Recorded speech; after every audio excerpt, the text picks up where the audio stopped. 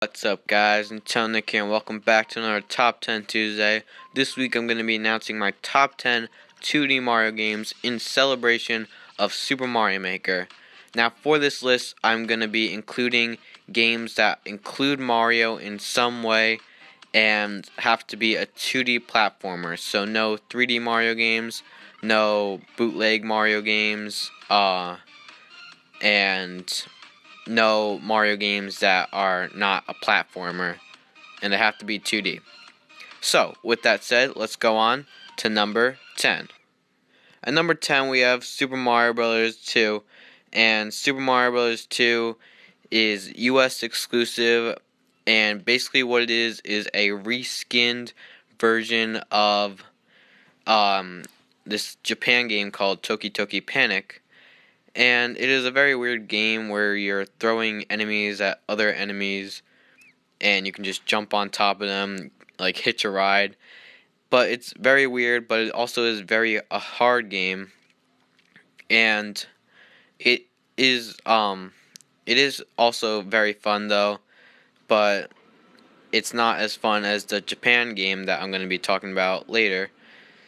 But yeah, it did include many features like the Shy Guys and the POW block, and also some new enemies that we had never seen before, like Wart and the three-headed snake. I forget what his name is, but yeah.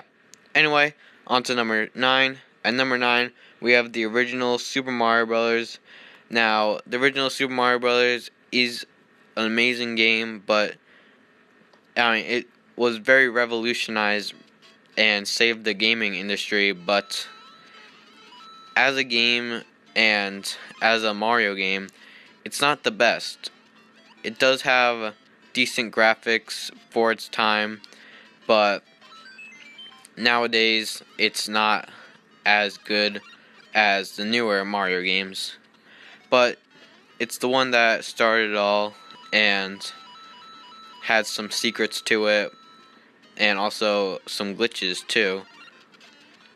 But yeah, other than that, just a great game, and there's nothing really else to say about it. It's well known almost everywhere around the world.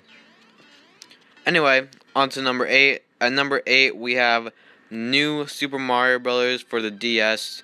Now, the reason I put this so low on the list is just because it's not that good of a Mario game. It did take some risks with different boss battles, and the graphics weren't as good.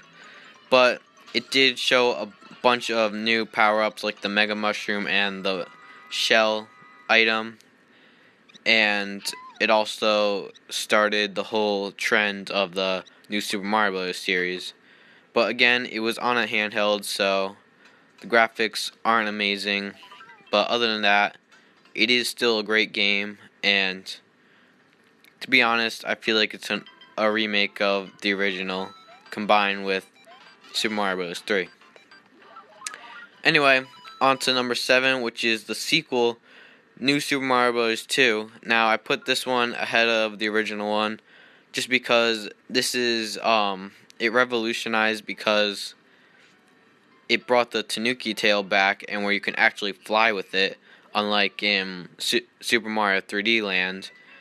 And it is a very easy game. That's the only problem I have about it. But I love how there's like so much coins, and you can collect up to 1,000,000 coins actually. Also, had the Koopalings just like in the original game, and had a new power-up called Gold Mario, where he shoots fireballs and everything that touches it turns into gold.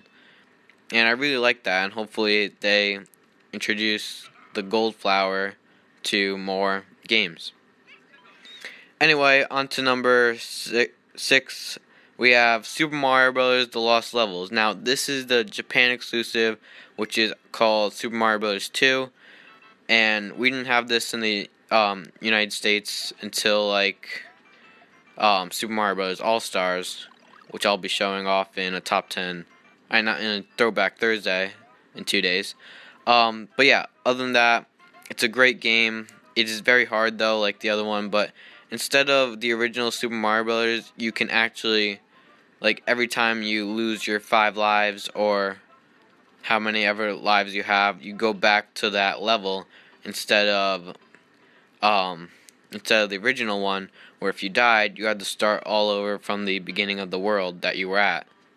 So that was pretty cool, but I don't know if that was for Japan too. Maybe for Japan it was you start the whole world over, but I don't know. I've only played the US version, but it is very good. The levels are very fun, and it was a true sequel to the original Super Mario Bros. Anyway, on to number 5, we have New Super Mario Brothers Wii, and I think this is the most sold Super Mario Brothers.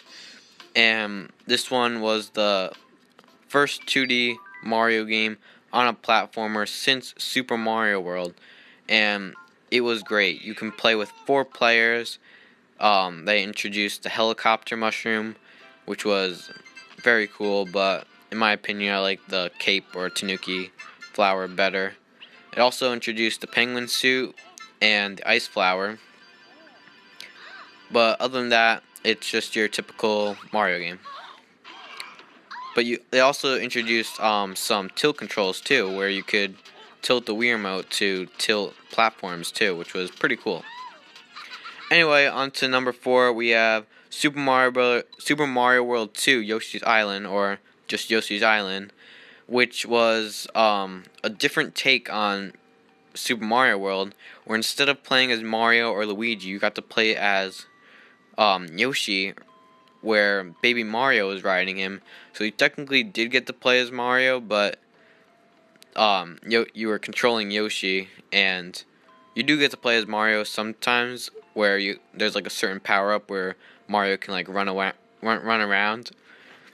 But other than that, it's Yoshi throwing eggs at other enemies, and with the cute art style, you would think that it was very easy, but to be honest, it's actually a very hard game, but it's also very fun, and the art style is great. I love the art style for this game.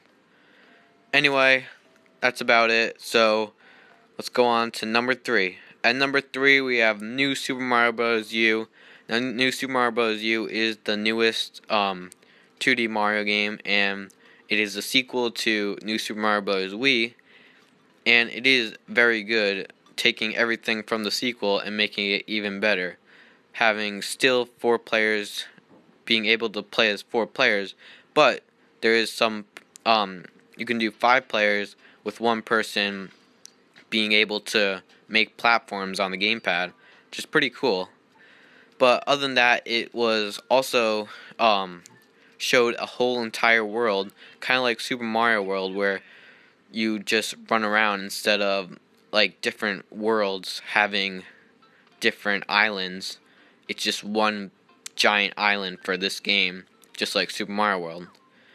But yeah, it also introduced the flying squirrel outfit, which made you glide for a short period of time, and you could use if you shake the Wii remote or click ZR, depending on what controller you had, you can get a boost in air. And there's also a P version of that, where you could just keep doing the boost of air, and unlike the regular one where you can only use it once.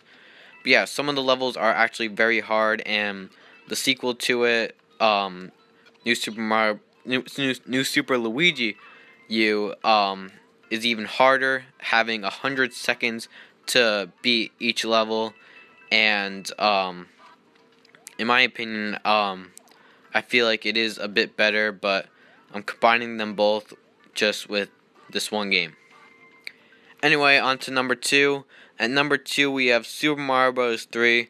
Now, this was the real sequel to the US version of Super Mario Bros. Because Super Mario Bros. 2 wasn't that good of a sequel, but this game really did bring it together, having amazing graphics for the NES, unlike the original where it was all 8-bit.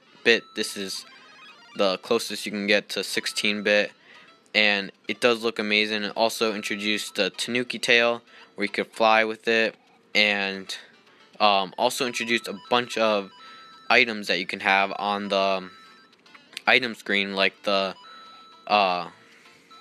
the warp whistle, and the frog suit, and the hammer suit too.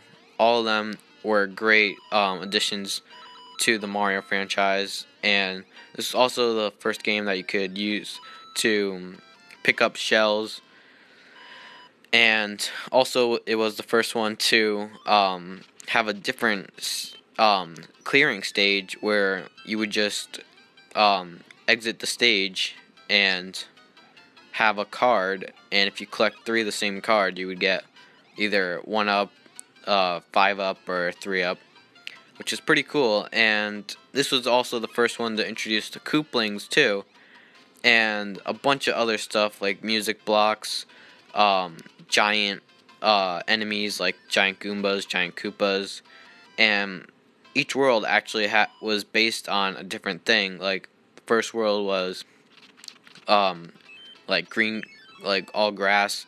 Second world was like desert. Third world was water. Fourth world was giant, like everything was giant, and so on. And it was the first one to do that, where other Mario games basically did the same thing, but this was the first one to introduce that. Anyway, on to number 1, and that is Super Mario World. Now, Super Mario World is probably my favorite game just because it was with my childhood, and I played it like my entire childhood. And it's just such a great game, introducing the one and only Yoshi the dinosaur, and having a whole open world.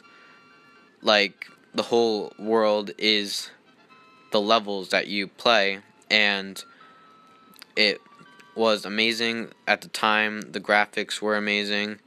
It also introduced the Cape Feather and a ton of secrets, where you can go to Star World and the Special World.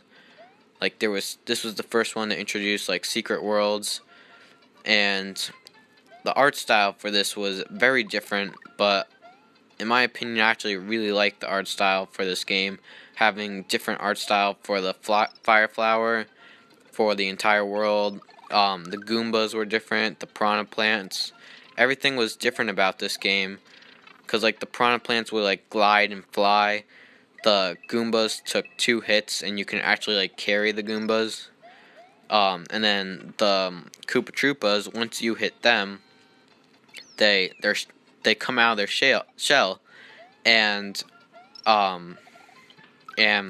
you have them out of their shell, and then you have the shell, and it was pretty cool. And it introduced so many different and new things that today you would never realize it, that a Mario game would never be the same without this game. So, that is it for my top 10 2D Mario games. Thank you all for watching. Make sure to like, comment, and subscribe, and stay tuned for more Top 10 Tuesdays right here on Nintendo Nick. Bye.